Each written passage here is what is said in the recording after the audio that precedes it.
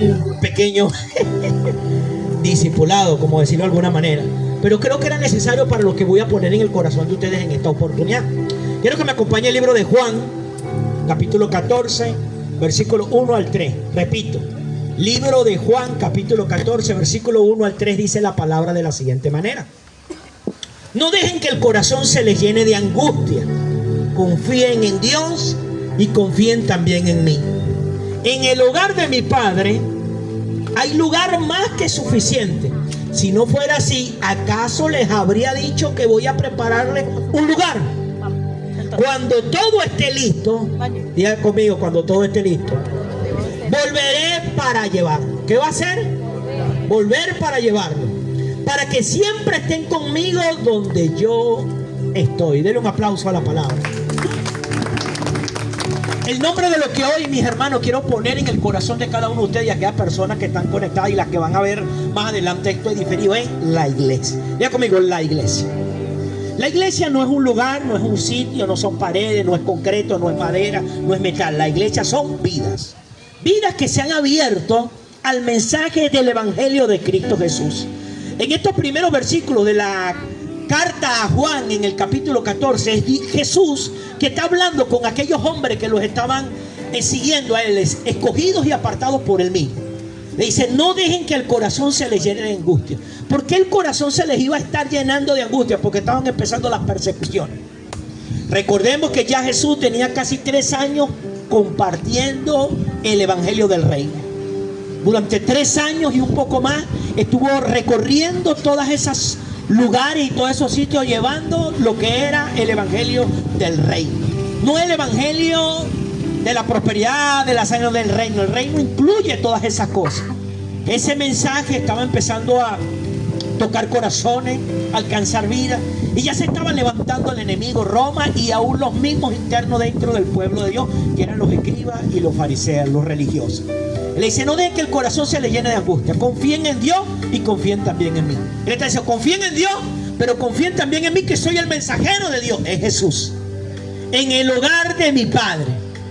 Y una cosa que le chocaba grandemente a los fariseos y a los escribas, a los estudiosos de la ley, era que Jesús llamara a Dios Padre. Todos lo llamaban Jehová, Adonai, todos los nombres que tenía Dios. Pero él se daba el lujo y el privilegio de decir: mi Padre. En el hogar de mi Padre hay lugar más que suficiente. ¿Más que qué? Que suficiente. Si no fuera así, ¿acaso les habría dicho que voy a prepararles lugar? Él estaba anunciando: yo me voy a ir, no voy a continuar con ustedes, no voy a seguir caminando con ustedes, no voy a seguir estando con ustedes, me voy a ir. Cuando todo esté listo, volveré para llevar. ¿Qué estaba anunciando él? Su retorno. Para que siempre estén conmigo donde yo estoy. ¿Dónde iban a estar ellos? Donde estaba Jesús. No dejen que ese corazón se les llene de angustia. Ahora hay algunas cosas que yo quiero compartirles con ustedes en cuanto a la iglesia. Número 1, el centro de la iglesia es el Señor. Repito, el centro de la iglesia es el Señor. Apocalipsis capítulo 1, versículo 13 dice: y de pie en medio de los candelabros había alguien semejante al Hijo del Hombre. Vestía una túnica larga con una banda de oro que cruzaba el pecho. Repito, Apocalipsis 1:13 dice: y de pie en medio de los candelabros había alguien semejante al Hijo del Hombre. Vestía una túnica larga con una banda de oro que le cruzaba el pecho. El centro de la iglesia es el Señor. Cuando usted lee en Apocalipsis que habla candelabro, se refiere a la iglesia. ¿Qué es un candelabro? Algo que tiene luz. ¿Qué es la iglesia? Ese candelabro que tiene la luz de Cristo. Ahora, el centro de la iglesia es el Señor.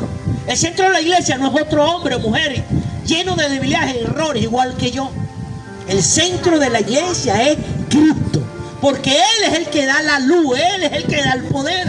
Entonces el centro de la iglesia es Jesucristo. Ahora, cuando vemos, Jesús físicamente no está, pero está su palabra. ¿Qué tiene que ser el centro de la iglesia? La palabra. Nosotros tenemos que aprender a ser hombres y mujeres que aprendamos a estudiar las escrituras. No podemos basarnos a las palabras que dé un hombre o una mujer. Tenemos que escucharlo. Tenemos que analizarlo y revisarlo bajo la escritura para ver si lo que esa persona me está diciendo según la escritura es lo que Dios está queriendo decir o es lo que quiere decir él o ella. Triste y lamentablemente, o sea, se ha vuelto muy dependiente de que la figura que está al frente, no, lo que él diga es amén, no, hay que escucharlo. Y hay un grupo dentro de la iglesia que lo llamaban excelentísimo, que eran los de Berea, porque oían el mensaje que Pablo le daba, pero dice que lo revisaban bajo las escrituras y se percataba que lo que Pablo estaba diciendo era lo correcto. No lo llamaban revelado, por revisar, por indagar. Entonces el centro de la iglesia es el Señor. Y repito y recalco, no tenemos a Cristo físicamente, pero tenemos su palabra, porque la palabra es lo que enciende al candelabro, que somos nosotros la iglesia. Una iglesia que no tiene como centro a Cristo no brilla, no ilumina, no hace algo correcto, porque esa luz que es Cristo, que es el centro, nos hace ver lo que es correcto y lo que es incorrecto. Entonces, el centro de la iglesia es el Señor, no son los ministerios, no son los otros hombres igual que nosotros o las otras mujeres, no, es Cristo. ¿Aló? Mateo 18:20. Porque donde se reúnan 2 o 3 en mi nombre, yo estoy allí en medio de ellos. Porque donde se reúnan 2 o 3 en mi nombre, yo estoy allí en medio de ellos. Aquí habemos más de 2. ¿Quién está en medio de nosotros aquí? Jesús. Ahora, dice, donde se reúnan 2 o 3 en mi nombre. ¿Nos reunimos en qué? En el nombre de Él, no en el nombre del pastor. En el nombre de Jesús. Si yo estoy en medio de ahí ahora, ¿por qué nos reunimos? Para estudiar las escrituras. No nos reunimos para ver las ideas de un hombre, las ideas de una mujer, sino a Cristo mismo. Nos reunimos es para presentar nuestras vidas y revisar bajo la luz de la palabra cómo estamos, si estamos bien o estamos mal, si estamos en lo correcto o estamos en lo incorrecto, qué tanto estamos creciendo, qué tanto estamos avanzando y qué tanto nos estamos llenando de la fuerza nueva del Señor. Entonces, donde estén 2 o 3 en mi nombre, ahí estoy yo en medio de ellos. Ahora, ¿por qué está en medio de él? Porque cada uno de nosotros es portador de su presencia. Entonces el centro de la iglesia es el Señor. Hermano, cuando el centro es Cristo, todo avanza. Cuando el centro es Cristo, siempre va a haber conquista. ¿Aló? Número 2. La cabeza de la iglesia es Cristo. Cristo es el centro, pero también es la cabeza. La cabeza de la iglesia es Cristo. Colosenses, preste atención, no se me descuide. Colosenses, capítulo 1, versículo 18 dice: y Él gobierna a su iglesia y le da vida. Repito, Él, Jesús, gobierna a su iglesia y le da vida. Él es la cabeza y la iglesia es su cuerpo. Cristo es el principio de todas las cosas. Por eso Él fue el primero en resucitar, para que ocupe el primer lugar en todo. ¿Qué debe ocupar Jesús? El primer lugar entonces Él es la cabeza de Cristo. Dice, y Él gobierna a su iglesia. ¿La iglesia es de quién? La iglesia no es del pastor, la iglesia no es de la pastora, la iglesia no es del ministerio, la iglesia es de el Señor. Él gobierna a su iglesia. ¿Qué hace Jesús? Mira conmigo, la gobierna. Él gobierna a su iglesia y le da vida. ¿Cuándo una iglesia tiene vida? Cuando el que gobierna es ¿quién? Cristo. Cuando una iglesia está muerta. Cuando el que gobierna es el hombre. ¿Qué es lo que tiene que preocuparnos a nosotros? Que el que gobierne ese rebaño, ese redil es Cristo mismo. Por eso es que están las escrituras. Por eso es que está la Biblia. Porque la cabeza es Cristo. Él gobierna a su iglesia y Él le da vida. Una iglesia tiene vida cuando el que lo gobierna es Cristo. Cuando el que lo gobierna es la palabra, la escritura de Dios, no de un hombre. Él es la cabeza y la iglesia es su cuerpo. ¿Qué es la iglesia? El cuerpo. Significa que nosotros somos las manos, somos los pies, somos el corazón. Es el cuerpo que está caminando todavía aquí. Ahora note una cosa. Él gobierna porque es la cabeza, pero el cuerpo somos nosotros. Pero hermano, no podemos hacernos dependientes que, pastor, venga y ore por mí. Tú eres cuerpo. Tú no puedes depender de las oraciones de tu pastor o tu pastora o de otra persona más. Está bien cuando estás iniciando, que estás aprendiendo, que estés dependiendo de la oración de los demás, pero tienes que entender que tú eres parte de ese cuerpo. Donde tú vas, va Cristo. Donde tú pones tu pie, lo pone Cristo. Entonces te pregunto algo, ¿por qué tú le tienes que tener miedo al brujo que vive al lado tuyo? Aquel que está lanzando sapos cocidos con bromas y te lo está tirando a la puerta, si tú eres cuerpo. Tú no le tienes que tener miedo a nada ni a nadie. ¿Por qué? Porque tú eres el cuerpo gobernado por la cabeza.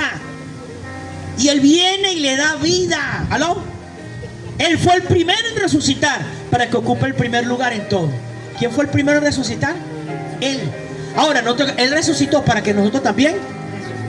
Porque nosotros vamos a resucitar. Ahora, cuando hablamos de resucitar, hermano, a veces tenemos batallas que parece que nos matan, pero no, resucitaremos. A veces nos toca enfrentar batallas que parece que el enemigo no ganó. No, vamos a resucitar. Porque así como Cristo resucitó, tú y yo también vamos a resucitar porque somos su cuerpo en esta tierra, ¿no? Número 3. Primero, Él es el centro. 2, Él es la cabeza. 3, la comunión de la iglesia es el Espíritu Santo. Repito, la comunión de la iglesia es el Espíritu Santo. Segunda de Corintios, capítulo 13, versículo 11 al 14 dice: amados hermanos, termino mi carta con estas últimas palabras: estén alegres. ¿Cómo debemos estar? Pero pastor, si usted supiera lo que me hizo el diablo ese que vive conmigo. Pastor, si usted supiera lo que me hizo la diabla ese que cogí como mujer. Aquí dice: estén. ¿Cómo debemos estar nosotros? Pero la alegría nuestra está asociada al entorno que nos rodea. O la vida nuestra está en torno a que el Espíritu vive dentro de nosotros. Estén alegres. Crezcan hasta alcanzar la madurez. ¿Cómo nos ordena? Crecer hasta alcanzar la ¿qué? Tenemos que dejar de ser inmaduros. ¿Qué no fue esa palabra? Alcanzar la madurez. Anímense uno. ¿Qué debemos hacer entre nosotros? Animarnos unos a otros. Vivan en paz y armonía. ¿Cómo debemos vivir? En paz y en armonía. Cuando no se viven en paz y en armonía, entonces Cristo no está en comunión con nosotros. La comunión del Espíritu Santo. Vivan en paz y armonía, entonces el Dios de amor y paz estará con ustedes. ¿Cuándo es que el Dios de amor y paz está con nosotros? Cuando aprendemos a vivir en paz y en armonía. La armonía viene por la paz. Y la paz, el fruto es la armonía. ¿Aló? Salúdense unos a otros con amor cristiano. ¿Cómo debemos saludarnos los unos a nosotros? Con amor cristiano. ¿Amor qué? Cristiano. ¿Y qué es el amor cristiano? Poner la vida de uno por otro. Hermano, hay gente que no le gusta saludarse. A mí me ha pasado que yo estoy con alguien y viene y me saludan y no saluda. No, tengo 3 meses que no le hablo, patrón. Chacha, y te vas ahí al cielo. ¿Cómo es la orden? Saludarnos los unos a los otros con amor. ¿Y qué es el amor cristiano? Un abrazo. Ese es el amor cristiano. Pero hay uno que ahora en la broma cristiana son hasta malandros. ¿Para qué lo que es? Eso no es amor cristiano. Salúdense unos a otros con amor cristiano.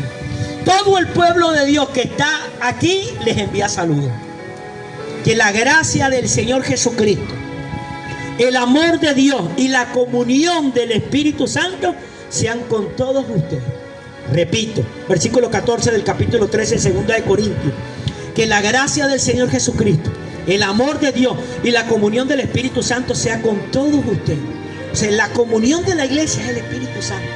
¿Qué es lo que hace que tengamos comunión? Que tengamos algo en común. El Espíritu que vive dentro de nosotros. No es que el Espíritu vive dentro de mí, dentro de ti, no.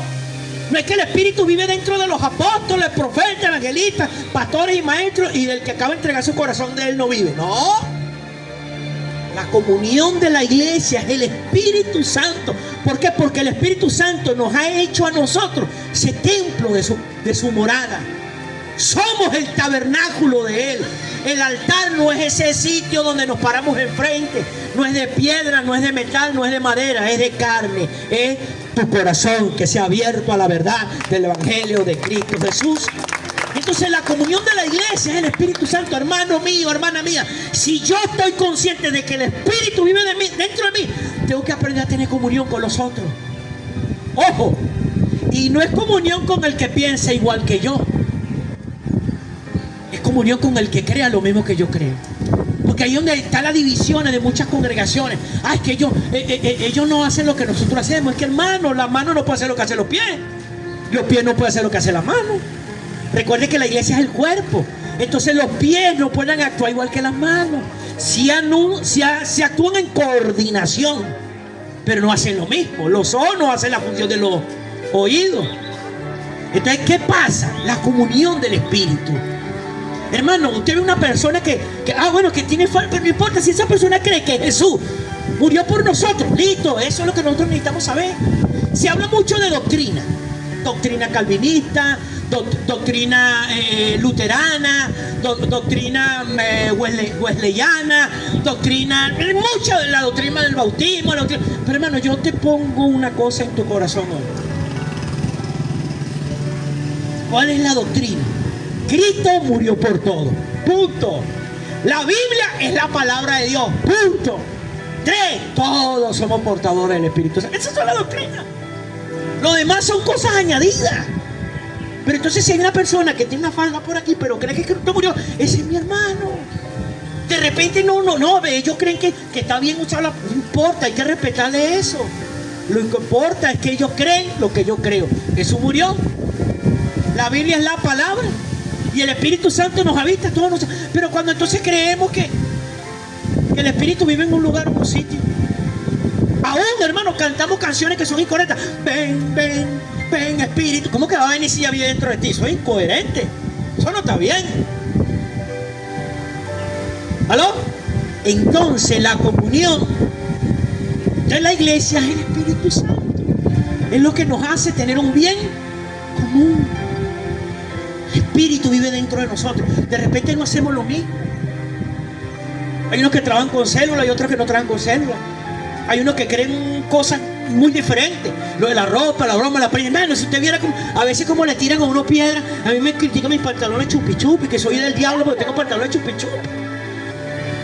Y a mí a veces me provoca y digo, mira, ni mal. Pero yo digo, ¿a qué me voy a poner a pelear con uno? ¿Qué gano con eso? Nada. Porque ¿qué es lo que nos debe unir a nosotros? La comunión de la iglesia es el Espíritu Santo. Y tú no tienes que defenderte, te va a defender Él. ¿Aló? Entonces la comunión de la iglesia es el Espíritu Santo. Ahora mira una cosa. Si en una casa, un hogar, somos creyentes, la comunión de la pareja tiene que ser en el Espíritu. Man, y a veces no hay esa comunión en las parejas. Porque no está gobernando el Espíritu Santo, está gobernando otra cosa. Por eso es que la comunión empieza ¿qué? En el Espíritu Santo. ¿Aló? Número 4.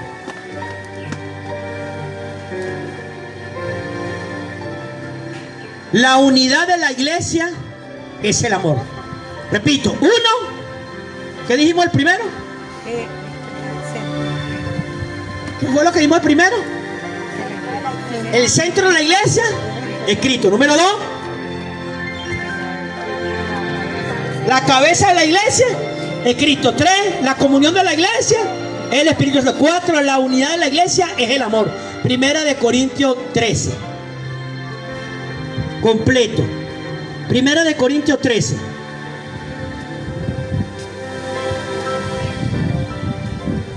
La unidad de la iglesia es el amor. ¿Qué es lo que nos une a nosotros? El amor. Ahora, ¿qué es el amor? Si yo hablara lenguas humanas, angelicales, pero no tengo amor, he llegado a ser como metal que resuena o címbalo que retiñe. Si no tengo amor, de nada me sirve hablar de parte de Dios y conocer sus planes secretos. De nada me sirve que mi confianza en Dios haga mover montañas. Si no tengo amor, de nada me sirve darle a los pobres todo lo que tengo. De nada me sirve dedicarme en cuerpo y alma a ayudar a los demás. El que ama tiene paciencia en todo. ¿Qué debemos aprender a tener nosotros? ¿Por qué debemos aprender a tener paciencia? Porque el amor, lo que nos une, es el amor es paciencia. El que ama tiene paciencia en todo y siempre es amable. ¿Cómo debemos ser siempre? ¿Qué tiene que hacerse esa pregunta? ¿Seré yo amado? Porque la unidad está cuando se pierde esa amabilidad.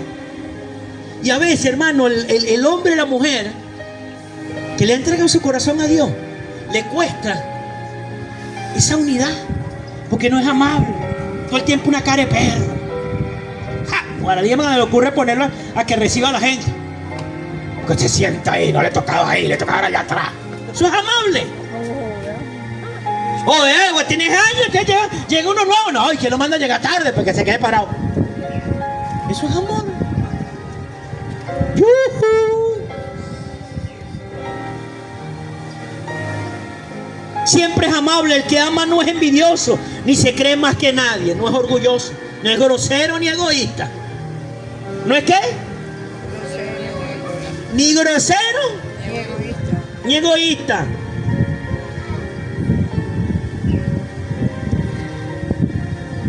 No se enoja por cualquier cosa.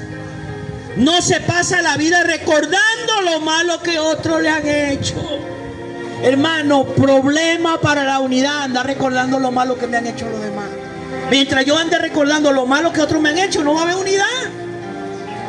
La unidad de la iglesia es el amor.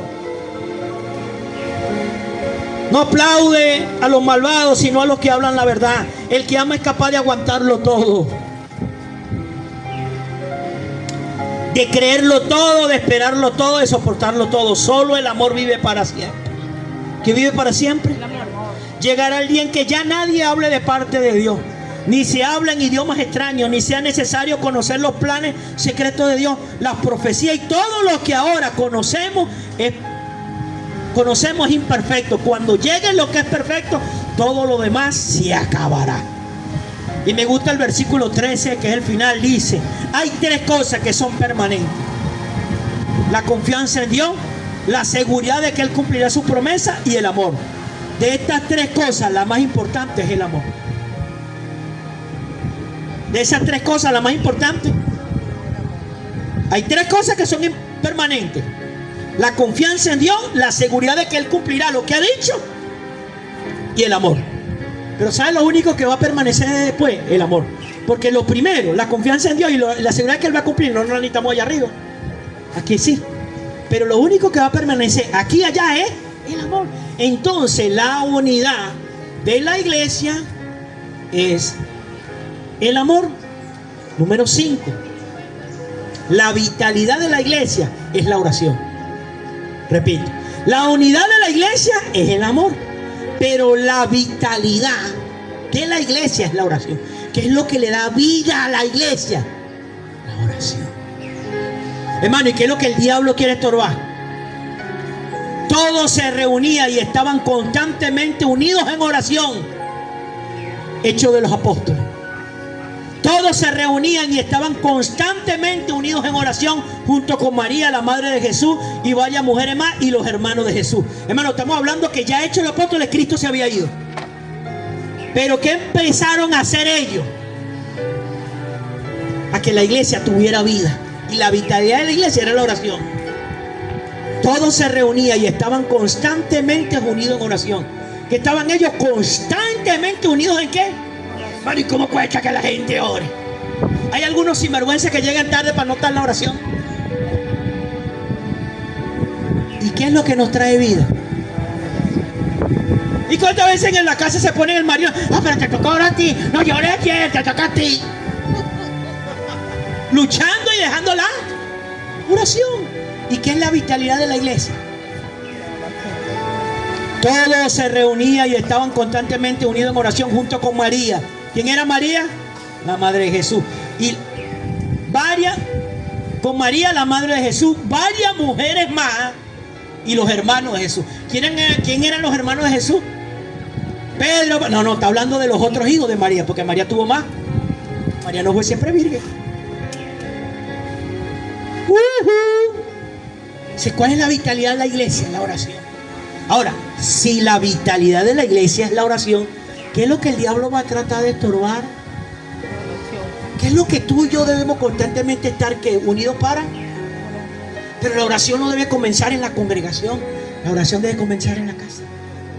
Porque ahí está la vitalidad. Porque hermano mío, si usted no tiene tiempo para orar, usted no tiene tiempo para vivir. Constantemente hay que estar pegado a la oración. Oye, Señor, aquí estoy. Debemos aprender a unirnos en la casa, con la familia, a orar. Que este animal no quiere, ese animal no quiere, pero quiere usted. Porque ahí está la vitalidad. La vitalidad de la iglesia es la oración. Hermano, la iglesia tiene vida es cuando ora. ¿Y qué es lo que el diablo? Hermano, a veces empiezan reuniones y ni siquiera se ora. Ni siquiera se ora. Pasan de una vez a las canciones, pasan de una vez a todo, pero la oración es lo que menos tiempo le dan. ¿Y dónde está la vida? Y la gente no quiere orar. Está esperando que llegue la hora de la música. Está esperando que llegue la hora de la palabra. Pero si no hay oración. Porque ¿qué hacemos con la oración? Preparamos nuestro corazón. ¿Qué hacemos con la oración? Preparamos nuestra mente. Esa es la vitalidad de la iglesia. Y les lanzo un desafío a todos y cada uno de ustedes. Aprenda a hacer de la oración parte diaria de su vida desde su casa. Únase a orar. Empiece usted solo. Anime a sus hijos, anime a su pareja. No aparten eso, porque ahí donde está la vida, Señor. Y no es que se van a poner a orar por China, pero no, por usted mismo primero. Porque ¿cómo va a estar usted orando por otros y no ora por usted? Primero tiene que haber una oración íntima a usted, donde usted va a desnudar y abrir su corazón y presentarle a Dios esa vida. No lo vaya a hacer delante de la pareja, porque van a echar cuchillo ahí después. Tiene que pensar usted solito y decir, Señor, a ti. Como la otra semana que no, yo tengo una debilidad. Llegó la pastora a interrogarme, ¿cuál es tu debilidad? No, muchacha, está pendiente un bambino, guau. Pues son cosas personales, usted con Dios. Tiene que haber esa oración donde usted desnuda su corazón ante Dios y le dice esas debilidades, esas luchas que usted tiene, que usted le daría vergüenza hacerlo a cualquier persona, porque sabe que cuando no de acuerdo se la va a sacar para meterse. Y tú hiciste esto. Que no tiene que abrir su bocota delante de su pareja. Porque está la vitalidad. Y después usted va y ora con la pareja, ora con los hijos, ora con el que... Pero usted tiene que aprender que la vitalidad está en la oración. Tómense de la mano ahí con su hermano o su hermana. Y diga conmigo, Señor, ayúdanos a entender el poder de la oración individual y colectiva. Somos tu cuerpo, dejado sobre esta tierra. Señor, oramos por la sanidad de nuestros corazones. Señor, oramos por la libertad de nuestra mente. A través de la oración, tú nos sanas y tú nos liberas. Para la gloria de tu nombre. Amén. Dele un aplauso al Señor. Ahora escucha esto. ¿Por qué razón la vitalidad de la iglesia está en la oración? Porque, hermano, con la oración tú tienes que entender que tú tienes que buscar esas dos cosas: corazón sano, mente libre. Y a veces usamos la oración Señor, yo quiero una quinta en la Trinitaria que sea de 3 pisos, que tenga un área de estacionamiento para 8 vehículos. Usamos la oración en cosas que, o sea, ¿está mal eso? No es que está mal, pero espérate. El centro de la vitalidad es la oración, pero es la oración que tú utilizas para alcanzar la sanidad, la libertad. Porque ¿dónde está la muerte en la iglesia? Cuando está herida y cuando está esclavo. Porque todo lo que está sano crece naturalmente. Todo lo que está libre prospera naturalmente. Hermano, no hay atajo. Entonces, ¿qué es lo que pasa con la mayoría de personas? Creen que la oración es para presentarse en la tele una lista. Señor, esto, aquello. Hay algunos que son más sinvergüenza. Señor, cambia a la mujer mía que no quiere. Para acusarla a ella. ¿Y tú?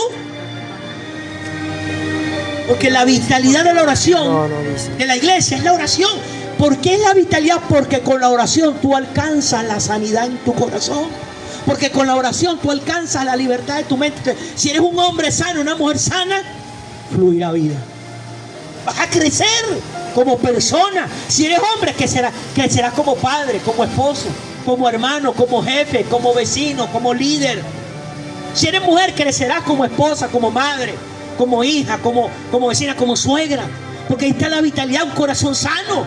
Porque ¿por qué hay mala relación entre nosotros? Porque las heridas del corazón son las que están gobernando. ¿Por qué, hermano, siempre tenemos una cuestión mental de que no se puede? Porque alguna gente son tan tacañas para la obra de Dios. Son clavos mentalmente. No, así es, si le doy esto al este, pues yo me voy a quedar sin nada. Es clavo mentalmente. Que la vitalidad de la iglesia, la oración. Si tú tienes que aprender, hermano mío, hermana mía, tú hombre que estás escuchando, tu mujer, que la oración es para eso. Señor, sana las heridas que hay en mi corazón. Luis Neide, la hija de Flor, ahorita oramos por ella. La vitalidad está en la oración, pero esa vitalidad comienza con eso. Tú tienes que entender que la vitalidad no es plata en la cuenta. La vitalidad no es que tenga una casa más grande. La vitalidad es que tenga un corazón sano y una mente libre. Porque con un corazón sano fluirá vida. Con una mente libre, hermano, tú vas a prosperar. ¿Qué le vas a tener miedo? Si la vitalidad está tómese de la mano ahí. Señor, oramos y traemos delante de ti la vida de nuestra hermana Luis Neide Durán. Señor, pedimos que tu mano sanadora, poderosa y bendita se coloque sobre su vida, Señor. Ella te abrió su corazón un día, te entregó su vida y su nombre está escrito, Señor, en el libro de la vida juntamente con el nuestro. Creemos que tú te llevaste toda enfermedad a la cruz del Calvario y que por tu llaga, Señor, todos nosotros somos sanados y liberados. Declaramos salud sobre su cuerpo, sobre su corazón, sobre lo que es, sobre lo que tiene y sobre todo aquello que representa. Y así mismo ponemos delante de ti a cada una de las personas que estén atravesando, Señor, alguna situación en el área de la salud. Declaramos que toda enfermedad abandona esos cuerpos por las llagas de Cristo Jesús. Amén. Amén. Y dele fuerte ese aplauso al Señor. Si la vitalidad de la iglesia es la oración, hermano mío, hermana mía, no dejes la oración para el final. No dejes la oración para cuando ya no hay más nada que hacer. Que sea lo primero. Y céntrate en esa oración, Señor. Corazón sano y una mente libre. Bueno, yo tengo años orando por esa sanidad y por esa libertad en mi mente, porque yo era una persona muy esclava en mi corazón. Odio. Yo le caía mal hasta a mi mamá. Se le pierde. Oye, lo hice una cosa, ahorita es difícil que yo le caiga bien mal. Ay, tiene que estar endemoniado. Yo soy una persona muy agradable, pero ahorita, ¿por qué?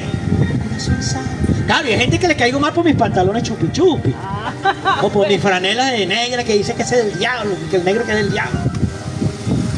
No, un corazón sano, esa es la vitalidad. La vitalidad, un corazón sano, es un corazón que siempre está alegre, fluye vida. Un corazón que está herido siempre está amargura, hay tristeza, hay melancolía, hay angustia, hay preocupación. Pero un corazón sano siempre fluye vida.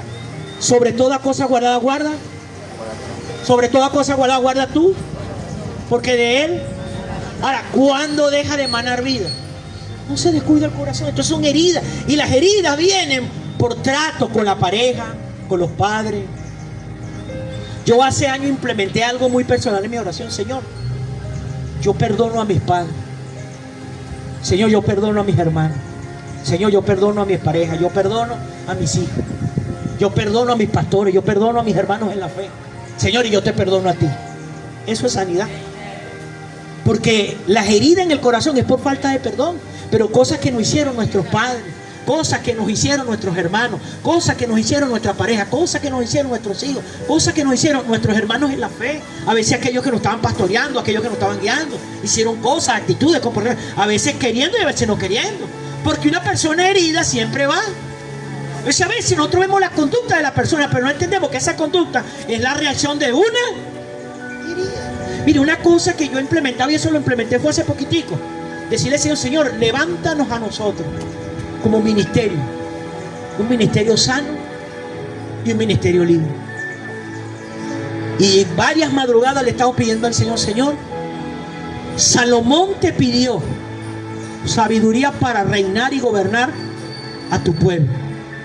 Nosotros como ministerio no pedimos sabiduría para reinar y gobernar, porque no somos reyes, pero sí pedimos sabiduría para servir, porque el ministerio tiene que servir a la iglesia. ¿En qué sentido? Levanta a la iglesia sana y libre. Porque el ministerio, los ministerios, apóstoles, profetas, evangelistas, pastores y maestros, son constituidos por Dios, dice, para capacitar a los santos. ¿Quiénes son los santos? ¿Qué? Para la obra. Porque ¿quiénes son los que van a hacer la obra del ministerio? Ustedes, la iglesia. Pero una iglesia sana y una iglesia libre. Porque ustedes tienen vecinos, ustedes tienen compañeros de trabajo, ustedes tienen personas que todavía no conocen la verdad de Dios. Entonces, si ustedes son hombres y mujeres sanos, sanas y libres, ¿qué va a pasar? Van a extender el reino, porque la gente lo va a observar. Va a decir, esta mujer sí es agradable, este hombre sí es agradable, este hombre es diferente, esta mujer es diferente. Pero si no ven eso, ¿por qué no ven eso? Porque hay heridas. Entonces usted viene aquí, canta, pone cara de gafos, conoce la Biblia, pero en la casa es un diablo. ¿Por qué es un diablo? Porque está herido. ¿Por qué es una diabla? Porque está herido. Entonces, hermano, aprendamos a ver la realidad de todas las cosas. ¿Y cuál es la realidad de todas las cosas? Las heridas. Y a veces, hermano, levantamos la piedra contra alguien, contra una pareja, contra alguno de los padres, contra algunos hermanos, porque es que y me hicieron esto. Pero ¿por qué hacen eso? Heridas. Porque son así huesos y caletas, cadenas mentales. Entonces, la vitalidad de la iglesia, la vitalidad de la iglesia es la oración. Pero es la oración donde se alcanza, Señor, yo quiero tener un corazón sano. Señor, yo quiero tener una mente libre, porque si yo soy un hombre, una mujer sano y libre y sana, voy a tener vitalidad. La gente va a percatarse de eso. Ojo, no estoy hablando de que seamos perfectos, porque eso es imposible, pero sino que cada vez la gente vea y diga, esta gente tiene a Dios. Y a veces optamos por lo más fácil. No, me cansé de que mis padres me traten como me traten. ¡Paca! Te corto relación con ellos. En las heridas me llevan a deshonrarlos. ¿Quién pierde, ellos o tú? Tú. En la vitalidad de la iglesia está en la oración. Hermano, aprendamos a usar la oración para lo que es. No estoy diciendo que no pidamos lo que necesitamos, claro que sí, pero recordemos que puede ser que consigamos la casa, el carro, la posición económica, el estatus social, pero si el corazón no está sano y la mente libre, sí. Porque le voy a preguntar, ¿qué se va a llevar de todo eso? ¿Pero qué te vas a llevar para el cielo? ¿El corazón sano? Y le digo algo, uy Dios, mire, me llegó un faco ahorita derechito del cielo, que dice mi pastor: al cielo no entran corazones heridos ni mentes esclavas. Al cielo no entran corazones heridos, mentes esclavas. ¿Cómo? Denle un aplauso al Señor. La vitalidad de la iglesia es la oración. Aprende, hombre, aprende, mujer, a usar esa oración. Alcanza tu sanidad. Preocúpate y ocúpate en eso. Que te levantes como un hombre, corazón sano, una mujer con mente libre, un hombre con mente libre. Déjame decirte que si trabajas con esa sanidad en tu corazón, esa mente libre, va a mejorar todas las relaciones con tu pareja, con tus padres, con tu hermano, con todo. No le vas a permitir a nadie que te trate como coleto, porque esa es otra cosa también. Tú no puedes permitir que lo traten usted como un coleto. Usted no es un coleto, usted es un hijo de Dios, usted es una hija de Dios. ¿Aló? Y muchas veces las heridas en el corazón dejamos que la gente nos trate como le dé la gana. Como esta persona que yo le contaba al inicio, no puedo decir porque a lo mejor está conectado y se va a dar cuenta. ¿Aló? Que no dejemos que nadie nos maltrate. No dejemos que nadie nos trate como si nosotros no valiéramos nada. Hay que tener sanidad en el corazón y una mente libre. Número 6. Los ancianos de la iglesia son su honra. Los ancianos de la iglesia son su honra. Ahora, ¿quiénes son los ancianos? ¿Quiénes son los ancianos? ¿Los más viejos? ¿Ah? ¿Quiénes son los ancianos? Los que tienen más años. Pedro, el conejo, Chencho, Chícara. ¿Aló? Ellos son los más viejos. Esos son los más ancianos. ¿Quiénes son los ancianos del... ¿Quiénes son los ancianos de la iglesia? Primera de Pedro, capítulo 5, versículo 1 al 4. Y ahora, una palabra para ustedes, los ancianos de la iglesia. Hablando Pedro, quien experimentó el haberle fallado al Señor. También soy anciano y testigo de los sufrimientos de Cristo. Y yo también voy a participar de su gloria cuando Él se ha revelado a todo el mundo. Como anciano, igual que ustedes, les ruego, ojo, les ruego, cuiden del rebaño que Dios les ha encomendado. ¿Cuál es la tarea? Cuidar al rebaño. Ahora, ¿quiénes son los ancianos de la iglesia? Los ministerios, los líderes. ¿Por qué fueron escogidos? Porque son ancianos. Son los que tienen más madurez, los que tienen el llamado de Dios. Esos son el ministerio, son los ancianos, los líderes. Ahora, tienen una orden. Cuiden del rebaño que Dios les ha encomendado. ¿Quién encomendó el rebaño? Hermano, entonces nosotros tenemos que cuidarnos de eso. Nosotros no estamos para reinar y gobernar la iglesia, porque nosotros no fuimos llamados para eso. Fuimos llamados para servirle en la iglesia, cuidándola. Cuiden del rebaño que Dios les ha encomendado. Háganlo con gusto. ¿Con qué es lo que tenemos que hacer? Con gusto. Con gusto.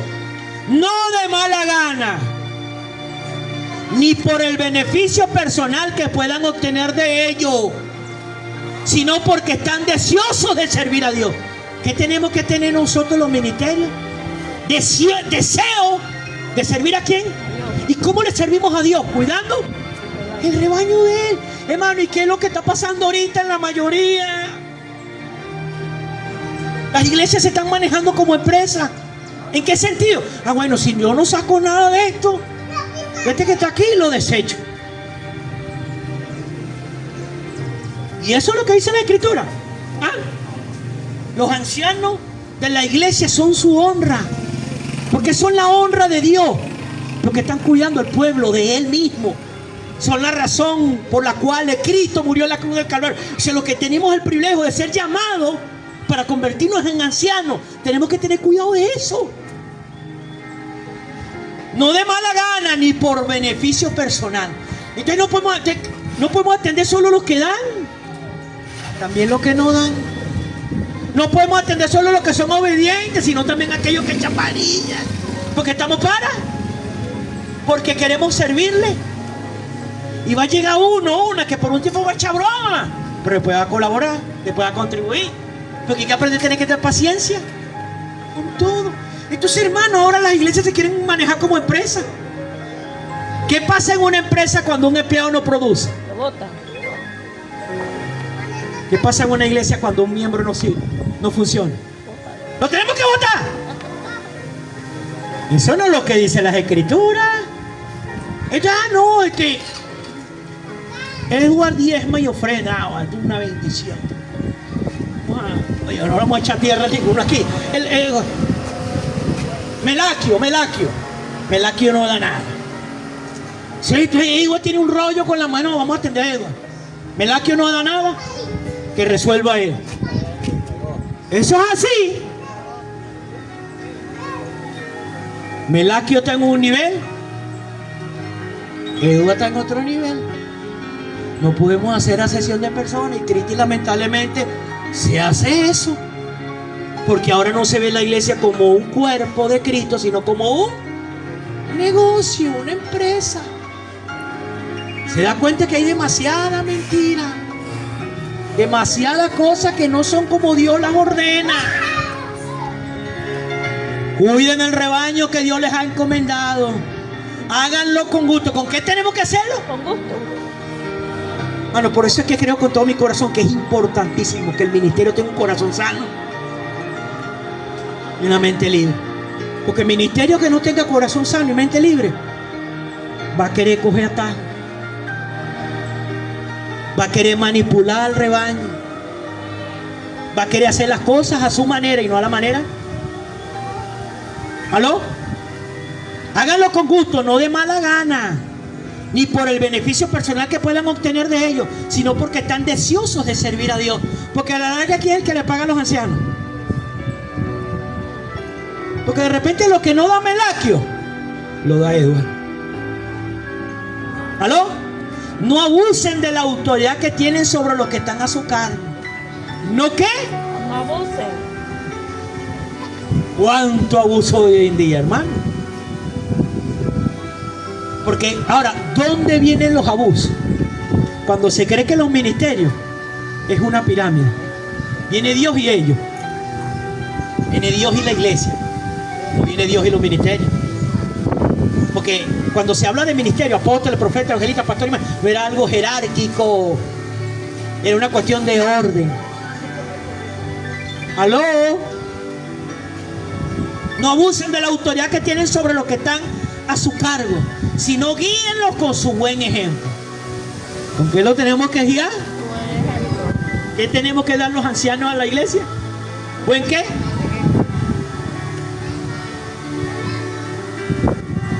Porque a la larga la conducta habla más fuerte que la palabra. Así, cuando venga el gran pastor, ¿cuando venga quién? Gran pastor. ¿El qué? Gran pastor. ¿Hay un solo gran? Pastor. ¿Hay un solo gran? Y ahorita con esta cuestión del apostolito, todo el mundo quiere llamarse apóstol. Pero apóstol para que le aplauda, para que le sirvan, y así no es. Como dice mi pastor, el apostolado es el peor de todo porque es el que tiene que servir más que todo. Así cuando venga el gran pastor recibirán una corona de gloria y honor eterno. ¿Qué se recibirá? Ahora, es curioso, ¿sabía usted que el único ministerio que va a recibir corona es el pastorado? No apóstoles, profetas, evangelistas ni maestros, solo el pastorado. Porque ¿quién es el que tiene la carga de cuidar el rebaño? El anciano, el anciano. Ministerio de pastor. Porque el evangelista es itinerante, el profeta va y viene, el apóstol siempre se va. El maestro enseña y listo, terminó la clase. ¿Quién es el que está siempre detrás del rebaño? Porque tiene que estar pendiente cómo está su hogar, cómo está su vida. Es el que tiene que sentarse a escuchar la cataleta 1000 veces.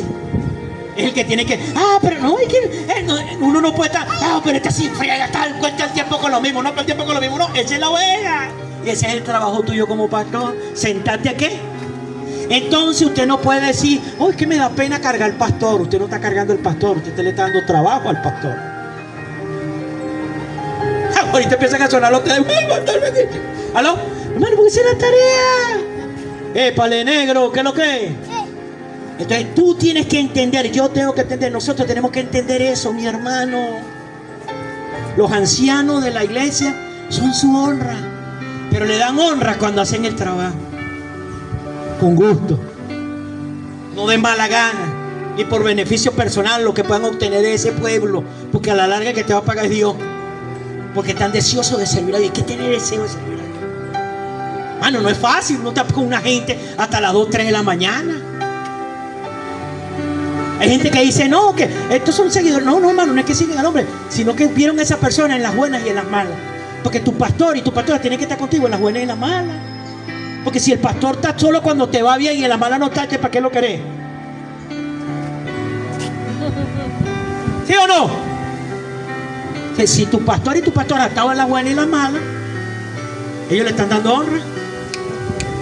Denle un aplauso al Señor.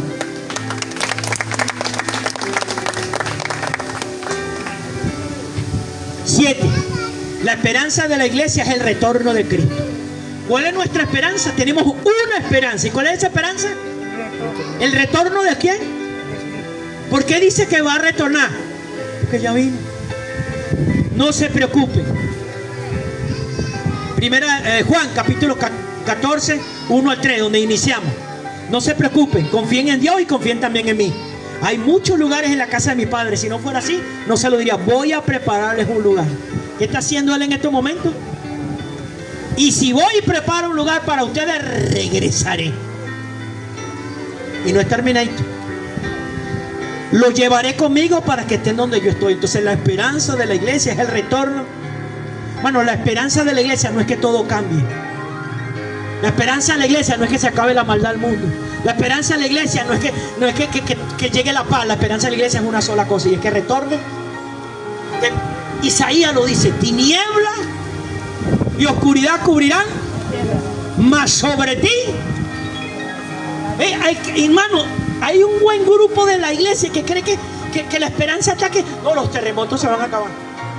No, la sociedad va a cambiar. La agenda LTV se va a acabar. Esa no es la esperanza. La esperanza es que Cristo. ¿Por qué, hermano? Porque recuerde que la segunda venida de Cristo, La primera fue escondidita por allá en un pequeño pueblo de Belén. Y él nació pobrecito y le cayeron a palo. La segunda venida no va a venir como cordero, que lo mataron. Va a venir como león y como juez. Dice que no pisará la tierra, vendrá en las nubes. Desde las nubes llamará a su iglesia. Una noticia mundial que todo el mundo lo verá. ¿Por qué todo el mundo lo verá? Las redes sociales. Mire todas las noticias que nosotros podemos acceder hoy. ¿Por qué? Ahora, cuando eso sucede, que millones y millones de personas desaparecieron así. Pero ¿qué es lo que está preparando el ambiente ahorita? ¿Qué se está hablando últimamente? Extraterrestre. Porque ¿qué es lo que quieren dar a entender cuando desaparezca la iglesia? Una abducción alienígena. Claro, son extraterrestres, porque los ángeles son extraterrestres. Están fuera de la tierra, ¿sí o no? Pero no son los extraterrestres marcianos que dicen las redes. Es que mire que vinieron los marcianos y se llevan. No, es la iglesia que fue arrebatada por su Señor. Todo el mundo. Ahora, ¿por qué entonces la esperanza de la iglesia es el retorno de Cristo? Hermano, porque ¿quién va a negar eso? Lo van a querer negar y confundir con la cuestión de los marcianos, pero eso no va a funcionar. Porque a la larga, cuando se empiece a desatar todo ese poco de demonio, ¿y qué van a decir las noticias? Que no son demonios, que son marcianos. Que no son demonios que vienen a acabar con... Porque recuerde que la iglesia se va y se lleva al espíritu. Pero mire cómo es Dios de bello y hermoso. Apocalipsis habla de los 144,000. Son 144 de cada una de las 12 tribus de Israel. Porque el primero que se va a percatar cuando la iglesia se arrebata es Israel. Israel se va a dar cuenta que Jesús sí era el Mesías, que Jesús sí era el Cristo. Jesús no es un profeta, como dicen ellos ahorita. Ellos todavía están esperando la primera venida. Ahora, cuando sucede esa segunda, la venida de Cristo, la segunda, y se lleva a la iglesia, Israel es el primero que va a despertar. Pero ¿qué cree usted que va a pasar? En cada una de las 12 tribus que componen el pueblo de Israel se van a levantar 144,000 entre las 12. ¿Y qué va a ser el trabajo de esas 144,000? Terminar la tarea que no terminó la iglesia. La iglesia no va a terminar el gran avivamiento, no. El que va a terminar el gran despertar es Israel. ¿Por qué? Porque si la iglesia terminara el trabajo, Israel se tendría que perder. Y Dios no es hombre. Israel tiene una promesa. Entonces se va a cumplir, porque Israel va a ver eso. Israel se va a despertar. Esos 144,000 hombres saldrán por los 5 continentes a hacer lo que la iglesia, a terminar lo que la iglesia no terminó. Y en la gran tribulación de los 7 años todavía va a haber salvación. Pero ¿sabía usted que va a haber un grupo de la iglesia que se va a quedar? No va a irse a la fiesta del Cordero de Dios. ¿Por qué? Porque descuidaron su vida. Tenían lámpara, pero no tenían aceite. O sea, tenían la verdad, pero no la vivían. Tenían una doble vida. Entonces, en la gran tribulación se van a quedar los 7 años. ¿Qué pasará con esa gente? ¿Ha escuchado usted o ha leído el pasaje que dice que la muerte huirá de alguno? Sí. ¿De quién cree usted que huirá la muerte? De la iglesia que se quedó. Porque la iglesia esa no se puede morir. Porque si se muere, ¿a dónde se va? Al cielo. Ellos no pueden entrar al cielo a la fiesta, tienen que quedarse. Ahora, esos 7 años, imagínese el dolor y el sufrimiento en el corazón, que debiendo estar en una fiesta, están en un desastre. Y lo tienen que aguantar los 7 años completicos. Pero aún en esos 7 años va a haber salvación. Porque hay gente que dice, no, es que no puede haber salvación de la gran tribulación. Pero entonces, ¿para qué son los 144,000? Está predicando la palabra, significa que va a haber salvación. Sí, pero de la manera más dura. ¿Usted quiere vivir ese periodo? Amárrese los pantalones y cambie en Dios. Denle un aplauso al Señor. Entonces, hermano mío, la esperanza de la iglesia es el retorno de Cristo. Repito, la esperanza no está que todo mejore, la esperanza es una sola: Cristo va a regresar. Va a regresar. Estemos preparados para eso. Número 8. El privilegio de la iglesia es anunciar su muerte. La esperanza es el retorno, y el privilegio es que nosotros anunciemos su muerte. Primera de Corintios capítulo 11, versículo 23 al 26. Las enseñanzas que les traigo son las mismas que recibí del Señor. Palabra del apóstol Pablo. La noche que el Señor Jesús fue traicionado, tomó pan y después de dar gracias a Dios lo partió y dijo: este es mi cuerpo que doy por ustedes, cómanlo como recordatorio de mí. De la misma manera, después de comer, levantó la copa de vino y dijo: esta copa es mi nuevo pacto entre Dios y su pueblo, que he sellado con mi sangre. Cuando beban el vino de esta copa, háganlo para recordarme. Cada vez que coman este pan y beban este vino, estarán anunciando la muerte del Señor hasta que regrese. O sea, el privilegio de la iglesia es anunciar la muerte de Cristo. Es un privilegio para nosotros anunciar la muerte de Cristo. Cristo murió por todos los pecadores. Cristo murió para que nosotros no muriéramos. Cristo tomó el lugar que nos correspondía a nosotros. Ese es un privilegio de nosotros, anunciar la muerte de Él. Conclusión de la iglesia. La iglesia no es un lugar, un sitio, un edificio de concreto, hierro o madera. La iglesia es una vida que se ha rendido a la voluntad de Dios para ser un instrumento que traiga la salvación a este mundo caído. Dele un aplauso al Señor. Entonces, hermano mío, esta palabra de la iglesia, usted tiene que revisarla. Usted tiene que practicarla, tiene que vivirla. Tiene que saber y entender que el centro de la iglesia es el Señor. La cabeza de la iglesia es Cristo. La comunión de la iglesia es el Espíritu Santo. La unidad de la iglesia es en el amor. La vitalidad de la iglesia es la oración. Los ancianos de la iglesia son su honra. La esperanza de la iglesia es el retorno de Cristo. Y número 8, el privilegio de la iglesia es anunciar su muerte. Porque la iglesia no es un lugar, no es un sitio, no es un edificio concreto, hierro, madera. La iglesia es una vida que se ha rendido a la voluntad de Dios para ser un instrumento que traiga salvación a este mundo caído, hermano. Mire, anoche la pastora y yo estábamos conversando y estamos hablando de las personas con las reuniones que sabes que estamos haciendo varias reuniones. Yo, por ejemplo, los martes estoy haciendo uno en 5 de julio, los jueves en el Cují y los viernes en el centro, detrás del Terepaimo.